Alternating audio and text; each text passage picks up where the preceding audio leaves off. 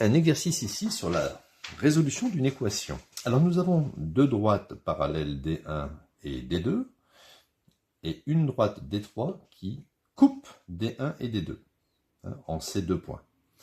Cela va générer deux angles que j'ai représentés ici en vert, dont on connaît les mesures. La mesure du premier angle, c'est 14x moins 10, et la mesure du deuxième angle, c'est 8x plus 50.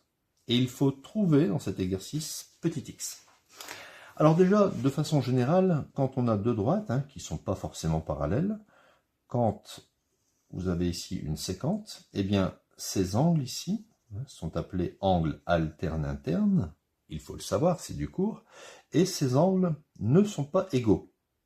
Mais par contre, si ces deux droites-là, comme dans mon cas, sont parallèles, on voit bien que les angles alternes internes vont être égaux.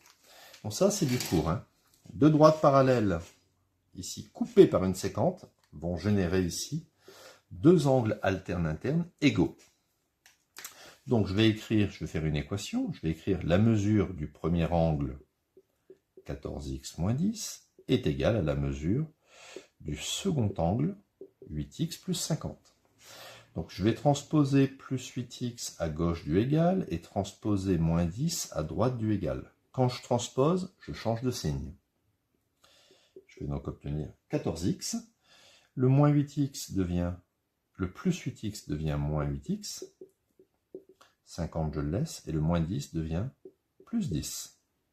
14 moins 8, ça fait 6x est égal à 60. À la fin, je divise par 6 pour avoir x tout seul, et j'obtiens x égale 10. Alors je peux vérifier cet angle-ci. 14 fois 10, 140. 140 moins 10, je vais obtenir 130 degrés. Un angle obtus, supérieur à 90 degrés.